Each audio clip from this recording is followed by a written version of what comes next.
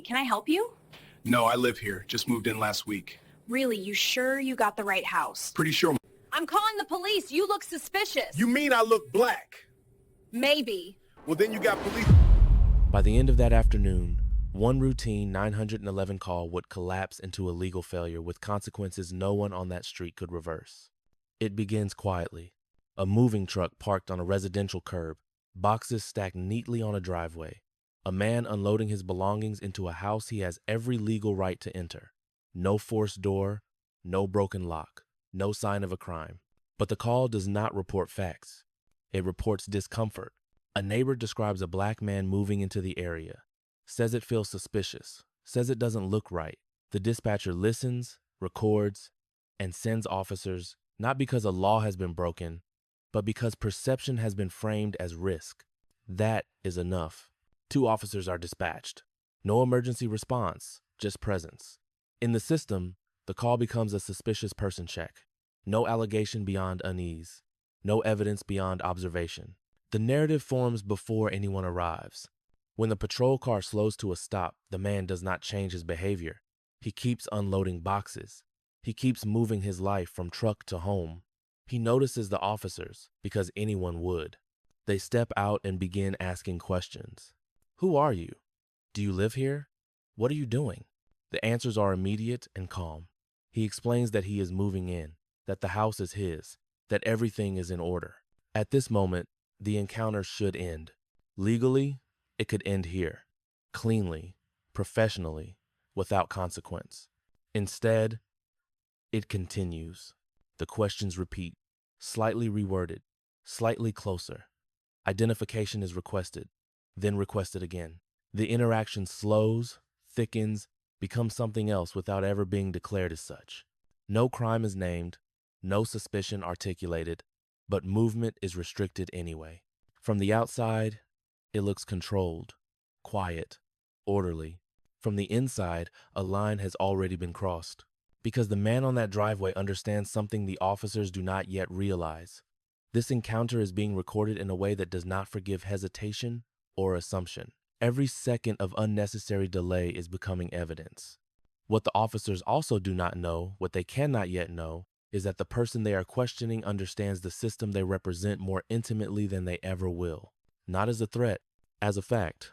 And once that fact enters the record, the authority being exercised here will begin to unravel, step by step, decision by decision, until the arrest narrative collapses entirely. Nothing violent will happen on this street, but by nightfall, the legal damage will be irreversible. The law gives police a narrow window to ask questions without justification.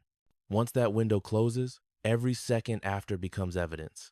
On that driveway, that window had already begun to close long before anyone on the scene realized it. The officers continue asking questions, but the nature of those questions has changed. What began as an inquiry now feels like a test, not of facts, but of compliance. The man answers anyway, calmly, directly. Without hesitation, he explains that he lives here, that he is in the process of moving in, that the truck is his, that the boxes belong to him.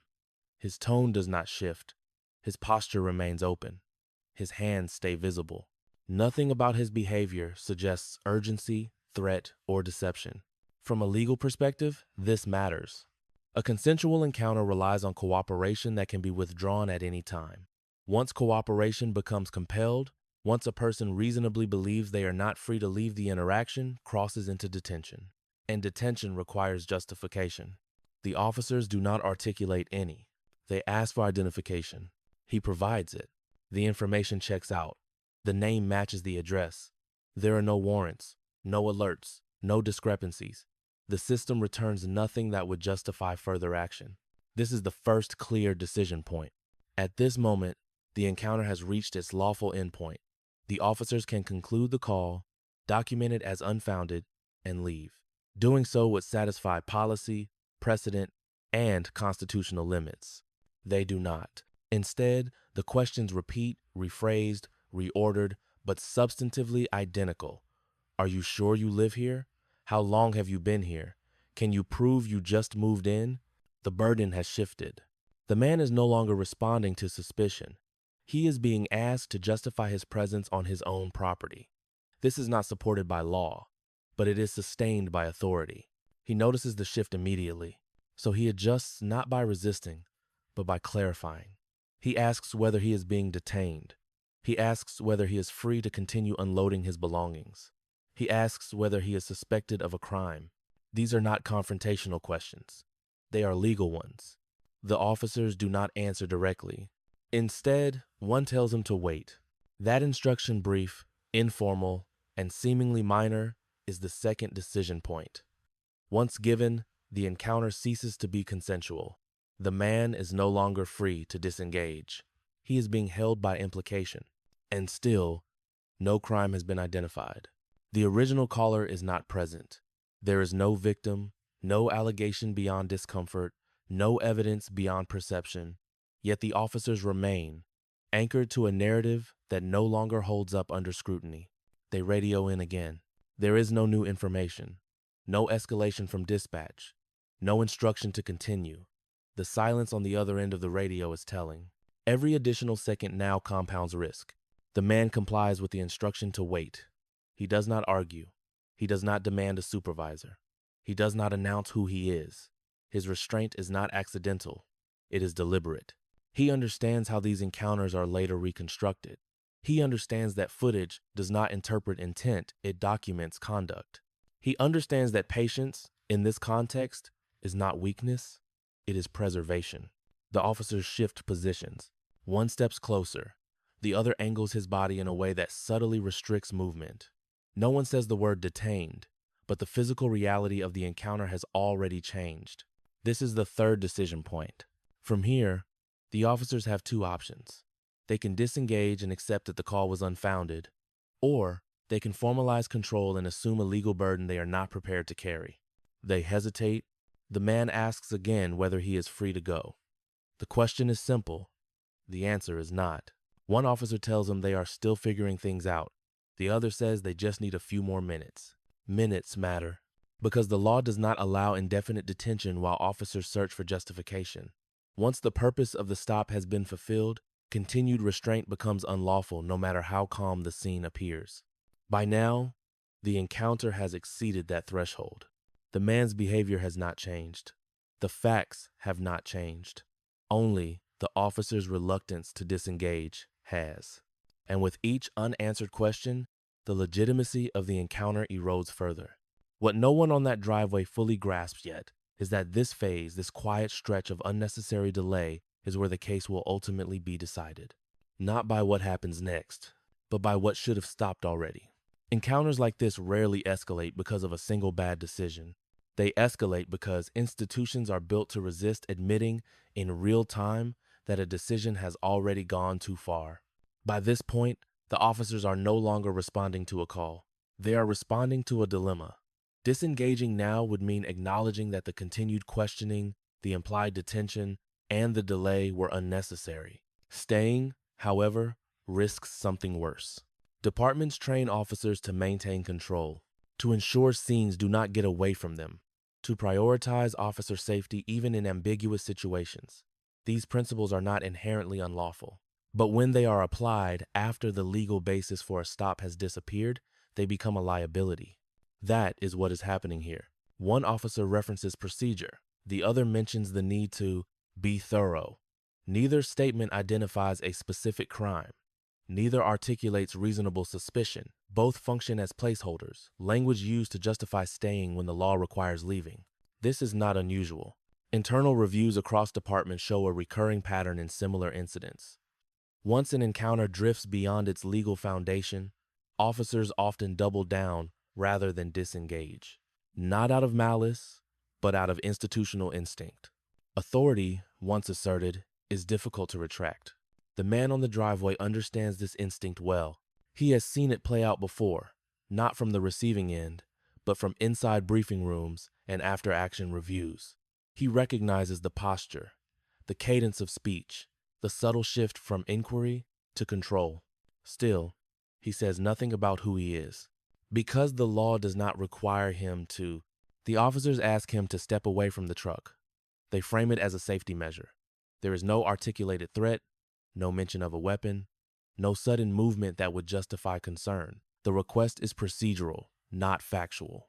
This is the fourth decision point. By complying, the man avoids escalation, but the request itself further restricts his freedom of movement. It tightens the encounter without supplying legal justification. Each small step, taken alone, might appear defensible. Together, they form a detention that cannot be squared with policy or precedent. From a departmental perspective, this is where exposure begins to solidify. Footage from incidents like this is rarely damning because of violence. It is damning because of persistence, because it shows officers staying when they should have left, asking when they should have concluded, controlling when they should have released. The camera does not care why an officer stayed. It only records that they did. The officers confer briefly. Their voices are low. Their body language suggests uncertainty, not confidence. They are no longer enforcing the law. They are searching for a justification to continue. That search comes up empty. The man remains calm. His answers remain consistent. His demeanor remains non-threatening. Nothing about the situation has changed except the amount of time that has passed. Time, in legal analysis, is not neutral. Every additional minute after the lawful purpose of a stop has ended strengthens the argument that the detention is unreasonable. Courts do not measure such encounters by how polite they appear. They measure them by whether they were necessary. This one no longer is. One officer steps slightly behind the man. The other positions himself closer to his side. The formation is subtle but deliberate. It limits movement without declaring an arrest. This is the fifth decision point. At this moment, the officers still have an exit. They can step back. They can explain that the call was unfounded. They can restore the man's freedom without further consequence. But that exit requires acknowledgement. And acknowledgement carries professional risk. So they hesitate again. The man asks once more whether he is being detained. The question is precise. It forces clarity. A yes would require justification. A no would require release. The officers avoid both. They tell him to stand by. In doing so, they cross another invisible line. Because ambiguity, when used to restrict liberty, is no longer ambiguity at all. It is control without cause. What none of them say aloud, but what the footage will later make unmistakable, is that the department's safeguards are no longer protecting anyone. They are being bypassed by inertia. And once that happens, the outcome becomes less about intent and more about inevitability. This encounter is no longer drifting. It is settling into a record that will be impossible to defend. The escalation does not announce itself. There is no raised voice to mark the moment, no physical struggle, no command shouted loudly enough to draw attention from neighboring houses. Instead, it unfolds the way the most consequential failures often do, through accumulation. The officers inform the man that they need to sort this out before he can continue unloading.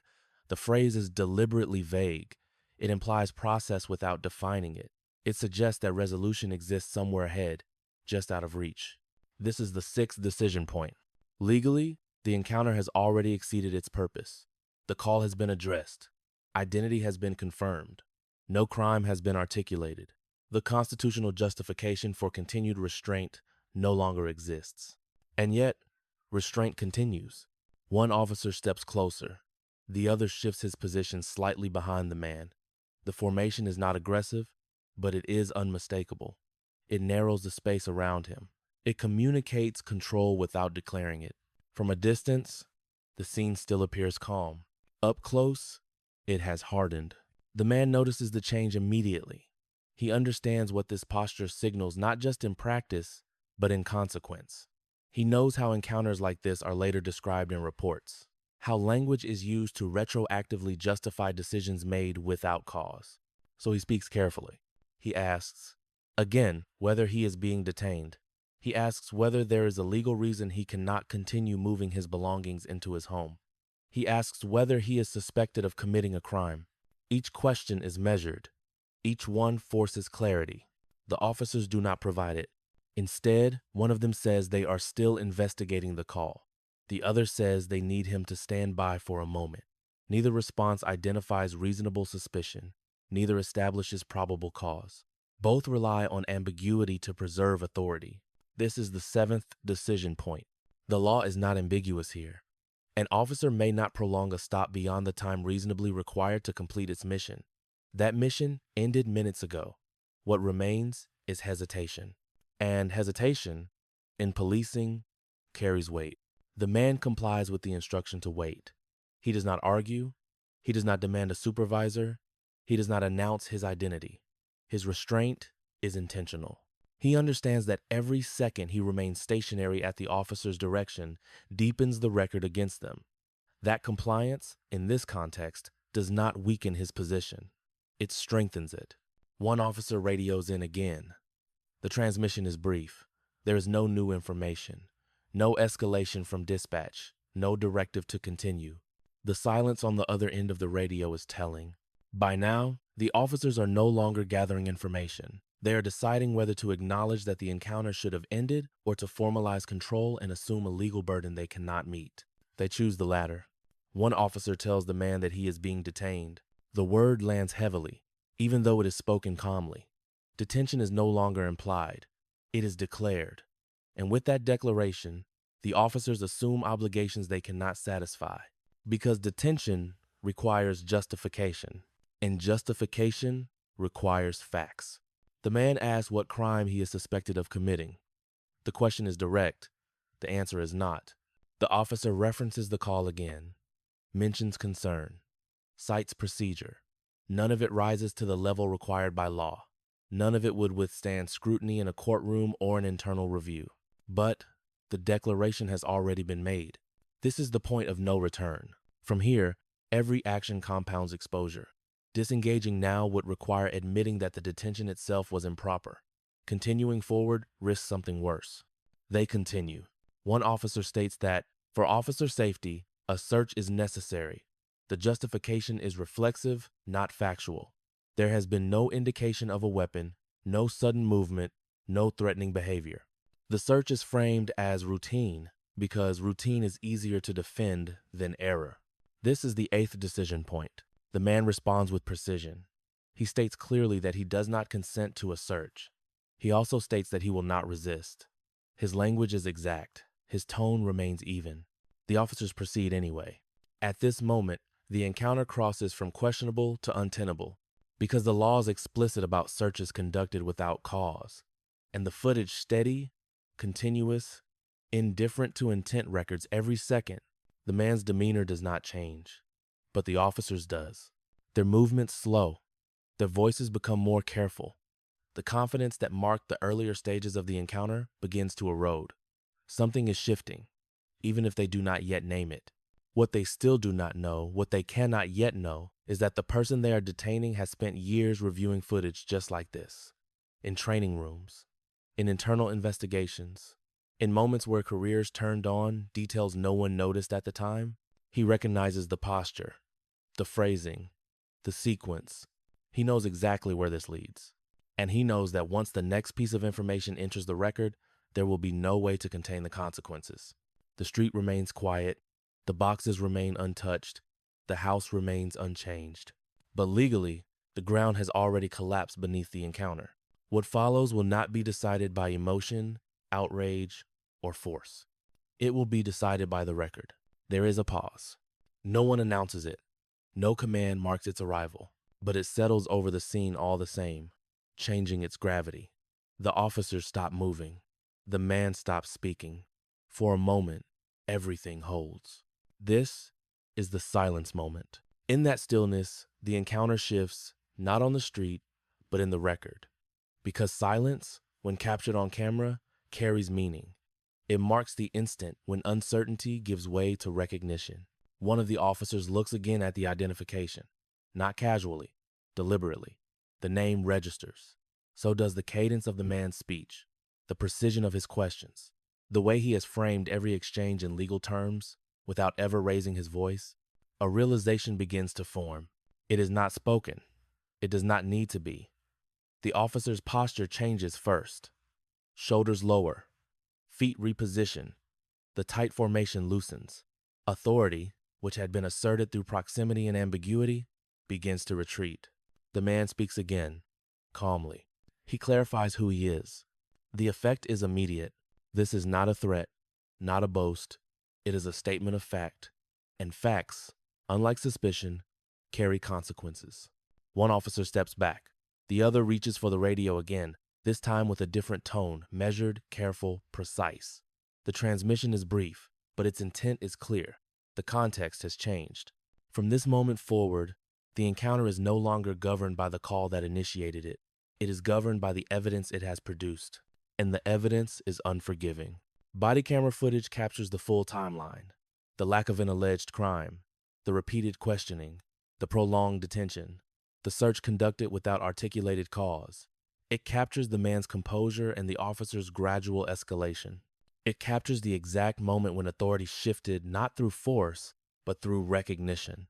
Within hours, the footage begins its second life. Supervisors review it, not for spectacle, but for compliance. They watch first without sound, noting posture, distance, and positioning. Then with audio, listening for justification. They pause, rewind, take notes. The questions they ask are procedural, not emotional. Where was reasonable suspicion established? When did it end? Why did the detention continue after that point? On what basis was the search conducted? There are no satisfactory answers. Internal review units flag the encounter. Legal counsel is notified. The city attorney's office initiates its own assessment, not to assign blame, but to measure exposure. This is no longer a question of intent. It is a question of defensibility. Dispatch logs are pulled. The original 911 call is transcribed and reviewed line by line. The language of concern, stripped of urgency, reads differently now. What remains is perception unsupported by conduct, bias without basis. Training materials are referenced, policy language is compared against the actions on the footage. The gaps are evident, not because the rules are unclear, but because they were ignored once the encounter drifted beyond its lawful purpose. As the review deepens, the scope widens. This is no longer about two officers on a residential street. It is about how the department responds to racially coded calls, about whether ambiguity is allowed to substitute for suspicion, about how long authority is permitted to persist after justification has vanished. The footage becomes central not because it shows violence, but because it shows persistence. Persistence where restraint was required, control where disengagement was mandated. By the end of the review, the conclusion is unavoidable. The detention cannot be justified. The search cannot be defended. The encounter, as a whole, cannot withstand legal scrutiny. What began as a neighbor's phone call has now triggered a process that cannot be stopped. The arrest narrative collapses not in public, but on paper, in memoranda, in legal analysis, in decisions made behind closed doors by people who understand exactly how juries respond to footage like this. The street remains quiet. The boxes are eventually moved inside. The house becomes a home, but inside the system, something has already broken. Because once evidence exists, it decides everything. The first formal response does not arrive with an announcement. There is no press conference, no immediate public acknowledgement. Instead, there is a quiet reclassification inside the department. What had initially been logged as a routine response to a citizen call is now flagged as a potential policy violation. That change matters, because classification determines jurisdiction, and jurisdiction determines consequence. Internal affairs is notified, not as a formality, but as a requirement. Legal counsel is looped in almost immediately. The city attorney's office opens a parallel review, not to assess intent, but to evaluate exposure. At this stage, the question is no longer whether the officers meant well. The question is whether the city can defend what happened at all. Legal analysis is precise and unforgiving. Fourth Amendment standards are applied retroactively, frame by frame. Investigators identify the exact moment when reasonable suspicion ended and measure how long the detention continued after that point. The answer is measurable, and it is not favorable. The search is examined next, conducted without consent, without articulated safety concerns, without a lawful detention to anchor it. In legal terms, it is indefensible. Once that conclusion is reached, the range of outcomes narrows rapidly. The city faces a choice. It can contest the findings, prolong the process, and risk compounding liability. Or it can resolve the matter early, limiting exposure while acknowledging failure. That decision is not made by the officers involved. It is made by those who understand how juries respond to footage like this. Because juries do not parse doctrine. They parse behavior. They see a man on his own property, calm, cooperative. They see authority pressing forward without cause. They see a search conducted in the absence of justification. And they see the moment when that authority falters not because of resistance, but because of recognition. The city attorney's office advises against litigation. Settlement discussions begin. The terms are handled quietly at first, as they usually are, but the structure follows a familiar pattern. Compensation for unlawful detention, acknowledgement of procedural failure, commitments to review training and supervision. The officers are placed on administrative leave pending the outcome of the internal investigation. This is not a declaration of guilt. It is a procedural safeguard, but it signals that the department understands the severity of the situation. Internal affairs findings are finalized weeks later. They are clinical, specific, devoid of emotion. Policy violations are identified. Not malicious intent, but failure to disengage, failure to articulate cause, failure to respect constitutional limits once the purpose of the stop had been exhausted. Discipline follows. It does not look like punishment in the way the public often imagines. There are no dramatic firings announced at a podium. Instead, there are personnel actions, reassignments, mandatory retraining. In some cases, separation. The system corrects itself in the only way it knows how, through documentation and precedent. Beyond the department, the implications ripple outward. The original 911 call is reviewed by prosecutors, not for criminality, but for context. It becomes an example cited in training sessions about racially coded reporting. Dispatch protocols are examined. Language guidelines are updated. This case begins to circulate in legal circles not because it is extraordinary, but because it is familiar. It fits a pattern courts have seen repeatedly. A call rooted in perception, an encounter prolonged by reluctance to disengage, a search conducted without cause, and a record that cannot be defended. What differentiates this case is not the violation itself. It is the fact that the individual subjected to it understands the system as well as the system understands itself. That does not change the law, but it eliminates ambiguity. The arrest collapses not because of outrage, but because of structure. Because once authority exceeds its bounds, the law does not bend to protect it. And once that becomes clear, the outcome is no longer negotiable. The case does not end when the settlement is finalized. That is the quiet reality behind incidents like this. Legal resolution closes a file, but it opens a longer process, one that unfolds inside systems designed to absorb failure without spectacle. Within the department, the encounter becomes a reference point. Not publicly, not through speeches or press statements, but in training rooms, policy reviews, and internal memoranda where language is precise and consequences are measured over time. The footage is used without narration. Supervisors pause it at specific moments. Recruits are asked where the encounter should have ended. Command staff discuss how quickly ambiguity became control. The lesson is not framed as morality. It is framed as risk. Dispatch protocols are adjusted. Call takers are instructed to extract behavior rather than perception. Descriptors that rely on race without conduct are flagged for supervisor review.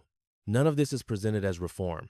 It is presented as prevention, because institutions change most reliably when liability becomes undeniable. For the officers involved, the incident follows them quietly. It appears in evaluations, in assignment considerations, in roles that require judgment under uncertainty. There are no public reckonings. The system does not dramatize its own corrections. It records them. For the man who was detained, the outcome is less visible and more personal. He returns to his life, to his work, to a home that should have been a place of arrival, not confrontation. He does not become a symbol. He does not seek attention. He does not need to. The record speaks for him. What lingers is not anger, but clarity. Clarity that this encounter did not collapse because of who he was, but because of what the law requires when authority exceeds its limits. His identity did not create the violation. It prevented it from being ignored. That distinction matters. Because the footage does not ask viewers to imagine a different outcome, it shows how easily the wrong one can occur and how fragile legitimacy becomes once it does. The original 911 call fades into obscurity. It is neither punished nor celebrated. It becomes data, Another entry in a system slowly learning where its edges are. The street remains quiet. The boxes are unpacked. The house fills with ordinary sounds. On the surface, nothing has changed. But beneath that surface, something has shifted. Not dramatically, not irreversibly, but enough to remind anyone watching that authority does not collapse when it is challenged. It collapses when it is exercised without justification and the record is allowed to speak.